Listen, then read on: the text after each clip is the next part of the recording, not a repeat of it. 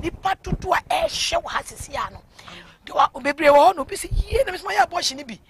o ma ye wo so no mo ka o so yi bi o si na me fa nche de na me so problem o so ye bi abra be ka na betena aka na wiase bi ehu na me so fa nche na sa de ko bi a ebi ma mo sa so yes ko fo ya abortion de ufa Kristo for 20 go 19 aye asasi so no medical chia we bia o platform so na me hira mo ne me na mo best friend ma me so nyame ne okese daddy baby a wo bia nyame ma wo sra emu fa so na ni ameka ne se mami o se ewie mmremu no sabio asofofo e preach ni ada ayifo a nyame ayi wo nyina ni obi aka ye dwaman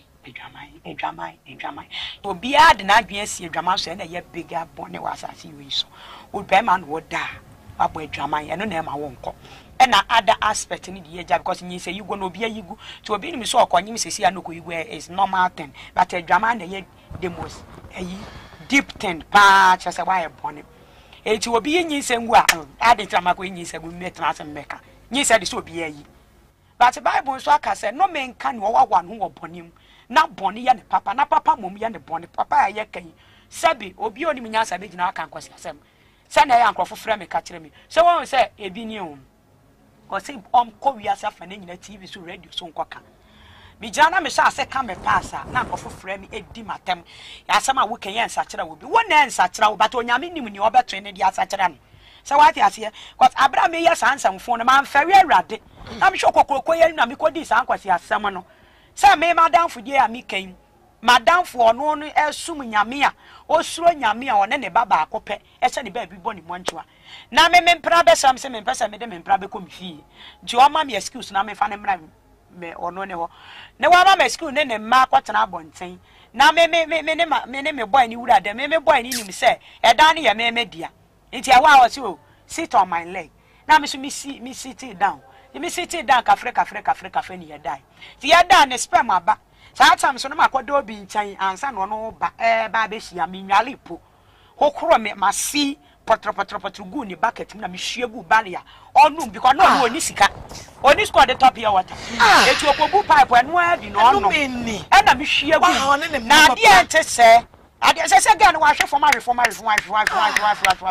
form kofo na ne da ba heart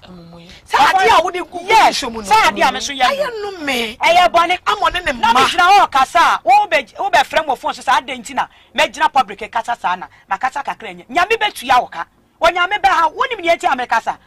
o si ya mfemfi osoro afam wo ntimi nye o wo se ma me enye osoro na asara ko betimi abeka so be yi wani woni pam mami hwa me nsema ya mekete bia na me sui me nsema me ka from Genesis to Revelation bia no papa wom ana mami papa bi wo ni nyina ya tan ni nyina ya abofono a wo be gine domu hwa be me ko particular am fere we ya me hu e na ma hwew e na madam me hu e na madam me hu we hu ya wo kan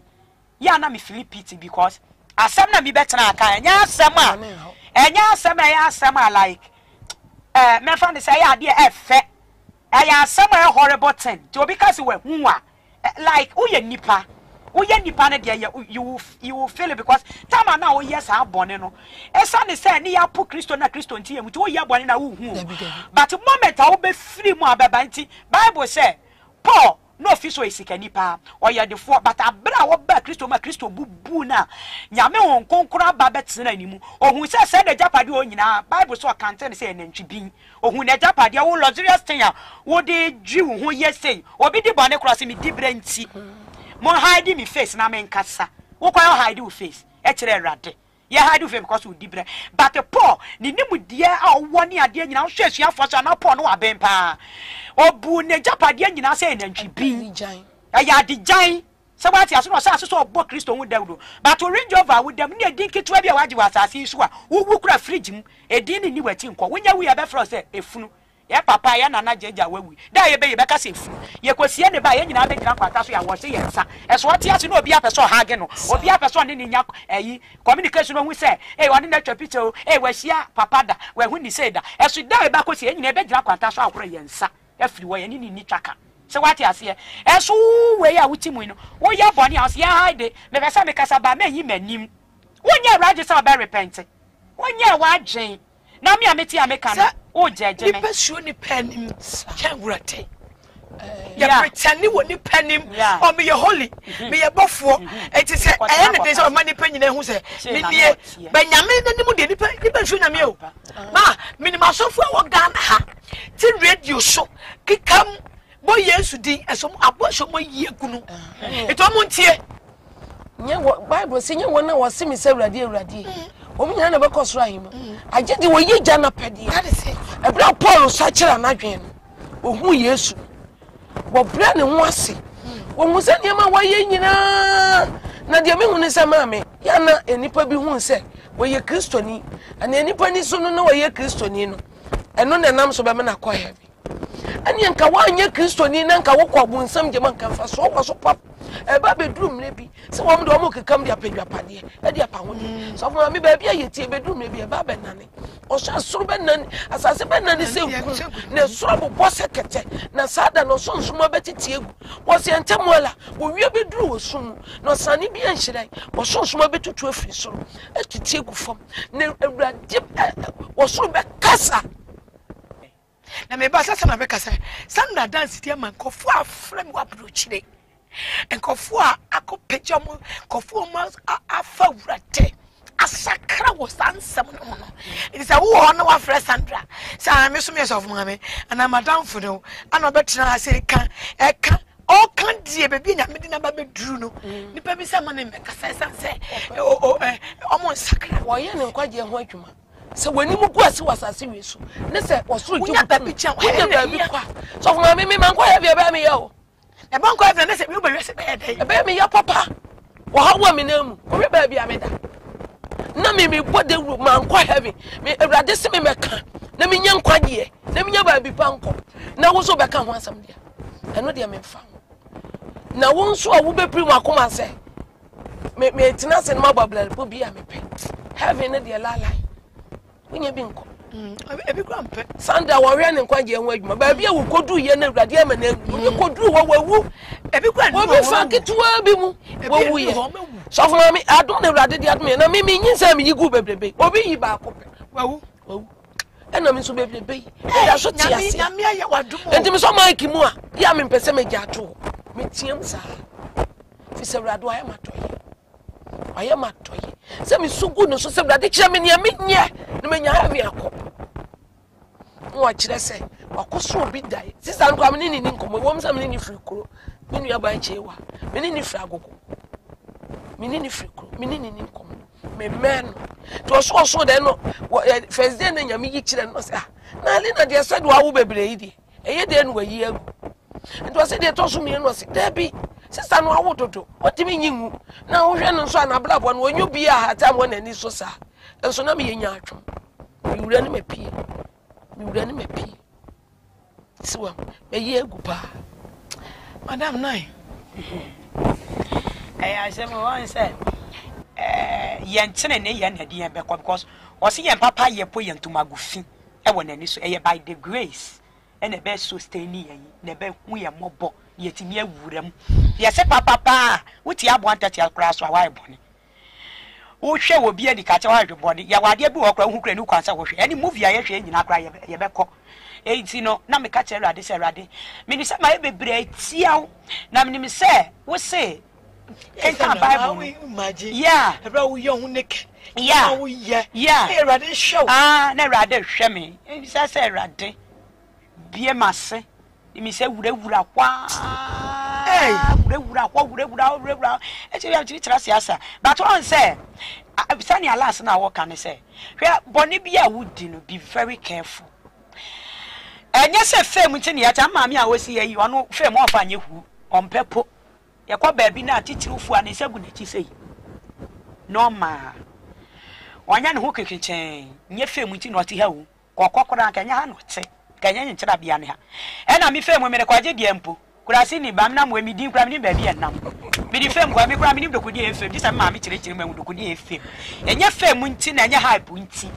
ba Onyankopon e hyeda e ma obi kofam ni wafiri hwa ba be ka kire se na be ya wu nkom kwa se enye nyame na ma akwan ti no se papa oboni e ya fa ma because enye nyame na ma akwan a ka ba bia mi wura nka mi mpie da kamimpie cause me abosum nyina na me bedai ensuo to me nyina ba physical na me bedai awu bebre na me okwa grandmaster na me bedai obi ti me na me da wase me pesa metafre wase ti mi se nipa de tatre me ewura wase wo pa eso na ma fe na otafi cause me wi se sika briefcase wo eti se nyanyame protest bi na domi na wo mo bra ne sa wo ya pamba na ya pamba obi oni nyame wa pam na obi nyame don na apam ye serious odo nya saa boni bi wo nyame de beche ba se su asotwe ne de won sa beka won se me ka cho se na me ne nkofo bi no etwe mpena one oba ye period an ope onu period nko period ne ba bobobobobo enye light one no etu se bobo no no ope ene esika bia o kan fa na obewura den na obedi odu be tia na dwene nyina wow me ne mema bebre ne me da wo me period mu once and fighting you and nyama me fa mu nyina by the grace of God me nkada amasos me feelings aba me po bi ne nada there be obona senu ebi ni hobi mu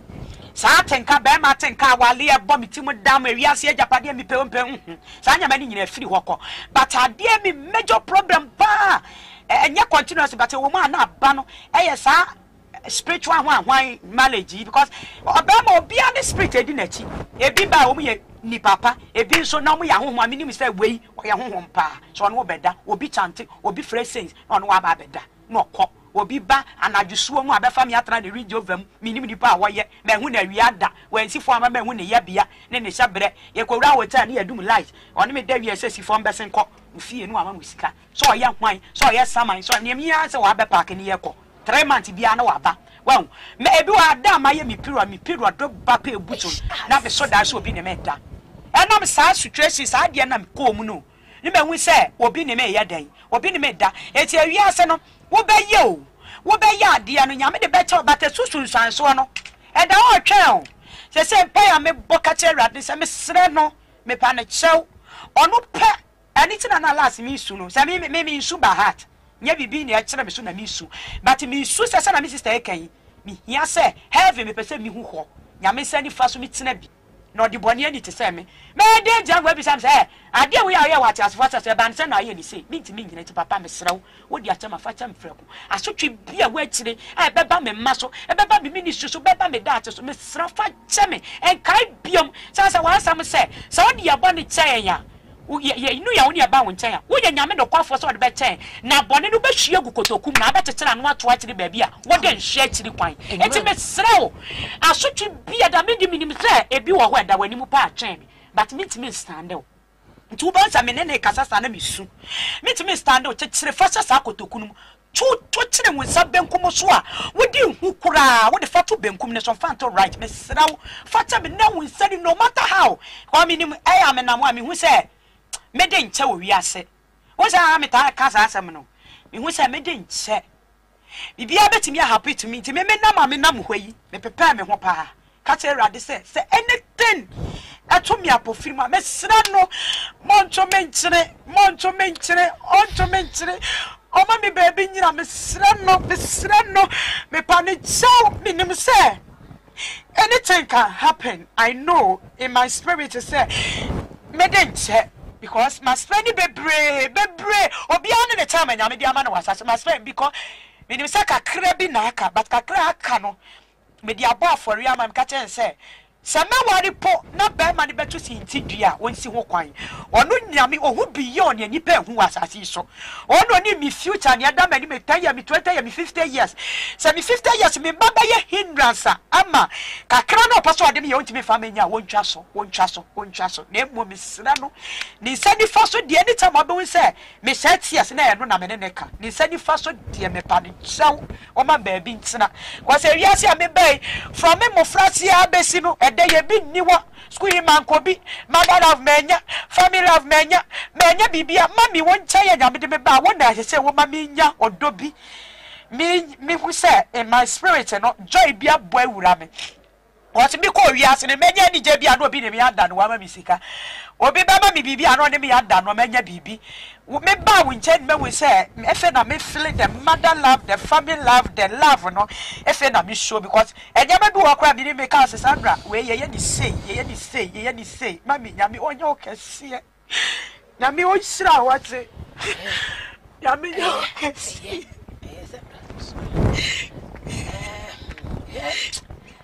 I was say me said ya biti bi awa to bi a chirda baby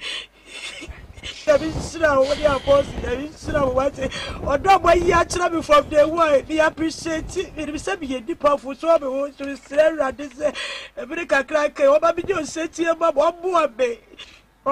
me nya perfect obu abe na bi jo say tie naka yabe na bo so na bi ya kwaje bi wachi ba je bibi atia because abra Elijah that ye no e kire no oja yie but abra Elisha ene your friend say Gehazi that ye no a wo ba di bufu ye ne na sefo agina de akwatafo agufu agina ye omo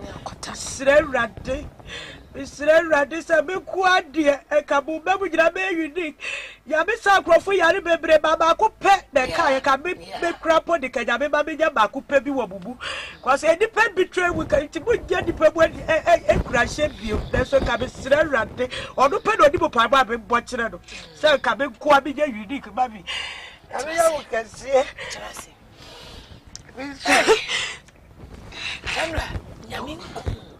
do be ye Amen. it would dear Unyanko. ne ka kire fiefo abaifo se would dear nyame kwa no won hya ase oro be kira platform kase na wa dance die no asesa shebre bi esa se be bia Sandra ye wo to ye be bia do fa ye ye do bedru ye yes atete sa kola ketua na maami po wuti me gya wo to dem na komade akola ma na suanti unkasa wa wo mu no eye sempepre na oba kan fa kola ketu be to ni twini ma obi wo krobo se chimi be ko sa kola be ye den tu akola ya wo no hye dem sa kwa ne be didio so didio e fo ba ta ho tu akola be tu obi nchen krobofo so gi akola no enye mo benti gi akola ma ne transform abe fa ni ko kurase e kurase ko bre ya mo bia ne akola da bi do be didi keketie na ye wotamfo ne se anko ye osana nka wa wiu ba no num se ne nyame ani wo sa ba bia radidi wa free Benyame do ba betu onyame ma woni mu aseda eye ne kora wo ko be bre disappoint ko be bre Sandra ba bra me hu se oye titie be bre ko ni me be bre anti ne ma be bre onim ba nyame so ni pa bia bo bia bra for a reason me ka che ne no apo se me se empo bonsam sorry me on pa ma ba ma no amen me se bonsam na ni chi ade papa so be shode so be ma bo free na ase ko said here erade mane mem amen na popo nsam so be sana ama meme meji nyame mu ahwe ase ne oni odi agro nya adwuma e be ye duru na umuko agro nya adwuma me ka che ne se wura pruwa ni free wiase bibia mu wiase yanko sa eni wakono awurate se mi pewei emanyin bi da ka che wade se me umuko se mi wu akome amen se me de kom ne beda na me wu me pe enkoje enti mama bebre fa be nya hwe o enye heaven ko na fomo heaven de wudi kokoto beans kokoto ni beans nu adi ana gari ni no kokko no enye sa na tie bebre fa be nya hwe de nipa be die de obehye nipa ni manimu nyam ti no mu de eche temi ne ko be bia me se bra no kokoto se ye kwai me fa because for me go to office me office o me can me buy me try me can me ni so di kra me peto be kwa be hwa me debi ka kan nya me dem ma me pe amri ni kuda hwa yen kan no kra ni me se ko ba bi me ma di chi won nchen obu ofra mo me obi charge say na se me won cha nya me kra charge me et last year me wo so obi e ko sunya ne school bi wo sunya ne se Kumasi omo frame me but omo frame na me program ba me ntimi akọ na it say ka say sorry for na o be kan kura che school for ne say woman of God o program ba we ntimi ama no o ka che school for ne say we charge me charge omo no omo ntimi ntwenti na mamba school mani mu ase school for nti so for bia na yire so num school ni so for university so for bio no so ma me we pa no yesa obi yen invite o le scapo na ka ba je kaka kire yesi charge no say so for ma me kunu adamfo ni kunu on nye ne kro no on charge da enye ne kro e no say ana wo friend ni kunu e ba kra no na me say me o say me ni sa ne charge e nye ne kro na me so on friend headmaster na yankasa friend master me say we shall not ni pakro so friend na me charge no me say me ni dokro kasa no ma me evidence e kire say me charge ma fida na me from me charge u bia da me ba na me preach wie na me come baby babu wa so me hey wa ba wo ye ni hwe de me the way so see dem o ti me puso bi sika say ojeje bi kura ntimi nko wani da baby e wadun ka wrade ma wo me be ka me nuwa no bi ti baby papa mami me minister me ye ade a me ye obi no se boso me aso se me sponsor Debbie ti me yeso bu a kana koma so ni kana koma se ya no afre wo me je 100 Ghana je 500 Ghana na je me so na to me ho ba se ni wo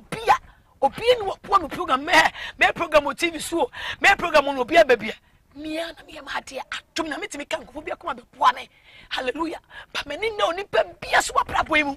ono na de ye ko so be si na safo na saman do safo ntimi twi faso eti man nyame de nyame adwuma ono abie kwan eti obi te ba bia aya no fin se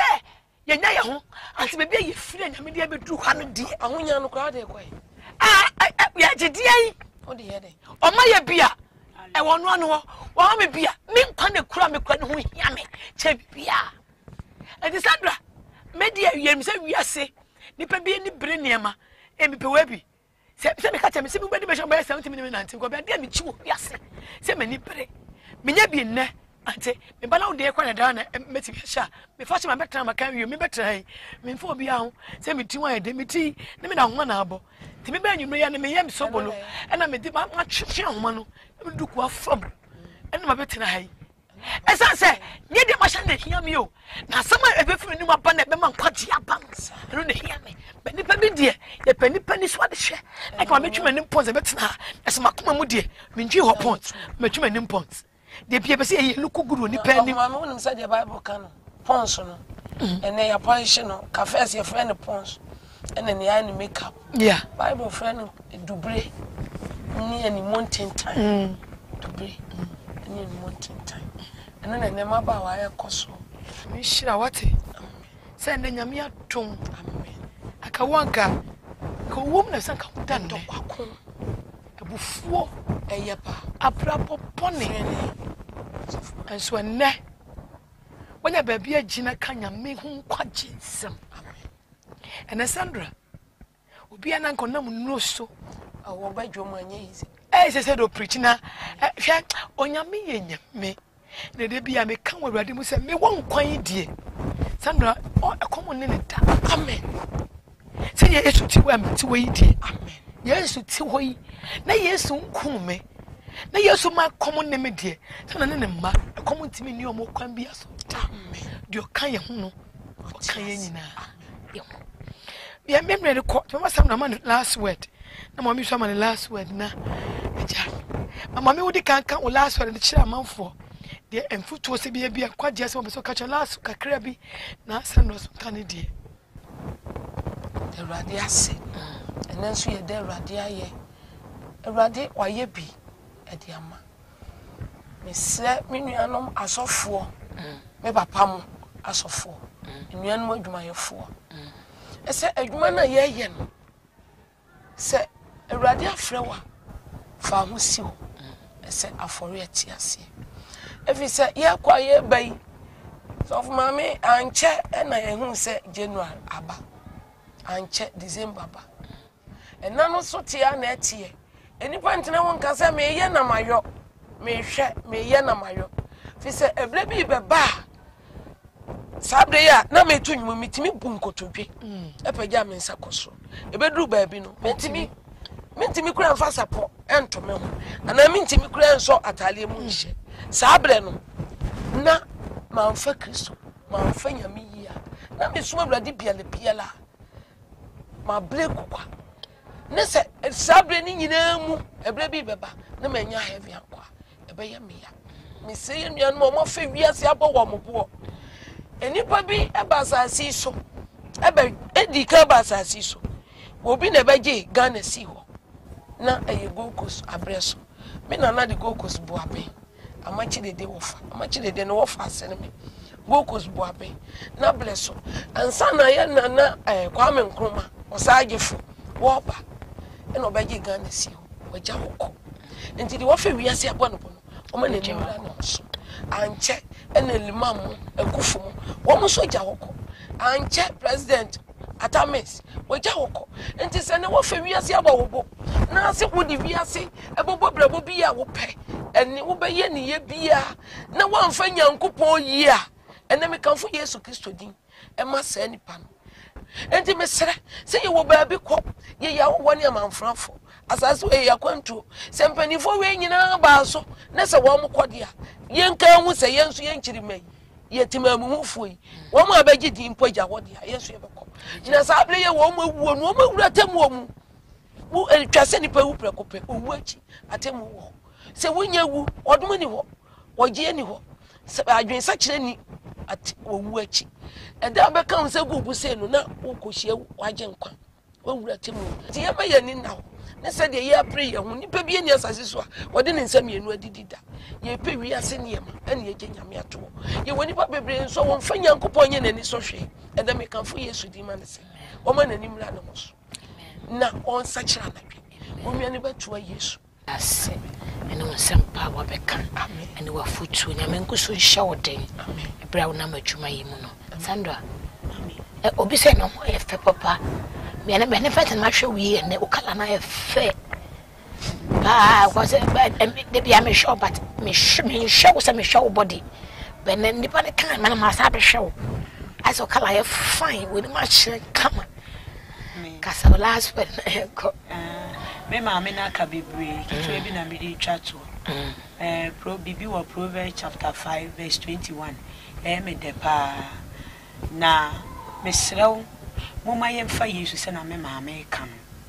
we can Proverbs chapter 5 verse 21 o si bibi ani wa nyame ni nya wo hye kukuam hu se mami wa address fefefe na address fefefe that are fe pa we so ye fe but me nkwa na me ni nyame hye was ya sanet o be hye akwana atete ya but ni ye fefefe ya be ni meku ya waka se kama uluku fine enipa nyina hello but won kwa na in your close life no una unim nia wo ye bibia no ebetimi die hinta awrade the same Proverbs chapter 8 verse 35 or say nia wo hu mi Kristo no wanya nkwa na ni onya nkwa nya nyame ani mu adom ni onya nyame ani mu adom no e na ni opo awrade asem no oye ne kra bone nyame hyiram no onya mo kese adom ti amen amen onya me nya wo kese o e wo sa wo do kra ma awrade minim se wo pese do kra ma awrade aka me boa ma yaye obuanu ma nime bia wafam bo bia wapo nipa nim kra ye den se wo beka ma me ehwe nipa emma nyame adase die ne enka wonum de wo sa wo kan bia bia wonu ka de rade so for sure no fa wo bone nche wa wo so pese wo do hu rade ma me mo ne yenye me ba cho fo sa to ko ma me ne ka we de beka se rade ana dwi da wase me da wase se me di bone ni se me di bone menya akwa wo wanim me mopo me bone cheme ene maji atum se me nti ena obewuye awa senwia ne so se ne be ya me odi bone ni benya ba bia china me moboy e fa me bone cheme esanse from eneko no ma fa wo se me wura ene me krache nkwa be de hini o ma brabo na boa me na me nante wa kwanso obonsam